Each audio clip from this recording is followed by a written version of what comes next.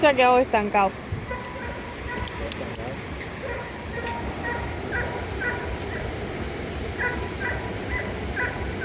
Ahí va. No.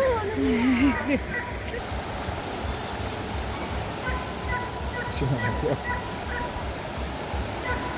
¡Allá vayan! ¡Allá vas a empezar!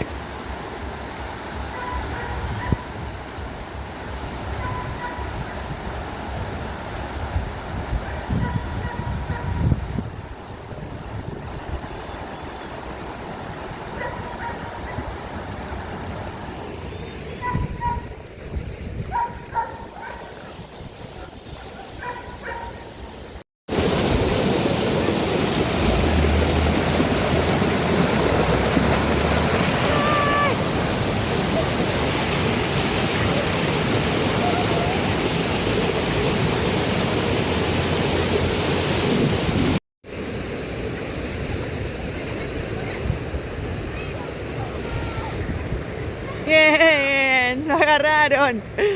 Agarraron el gomón perdido.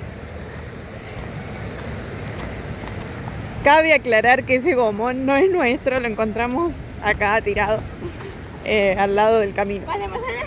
Pero bueno, lo veníamos ¿La tiro de vuelta? viendo porque lo tiraron los chicos al río y hace como 5 cuadras que venimos caminando. Y lo